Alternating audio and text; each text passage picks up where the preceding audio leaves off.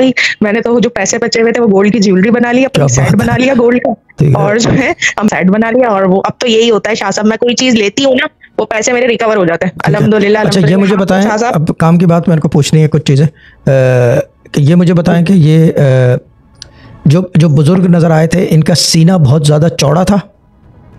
हाँ शाह साहब, इतना बहुत लंबे चौड़े थे। हाँ ठीक है, 2 मिनट दो, मैं पूछूं, जो मैं पूछूं उतना जवाब दे दें, कोई वजह है उसकी? जी जी। क्योंकि अगर आप कोई ऐसी बात कर दोगे जो नहीं होगी ना, वो थोड़ा सा बड़ा, ये बारीकी का काम होता है, ठीक है ना। चौड़ा सीना था उनका, यानी कि ब्रॉड थे बहुत।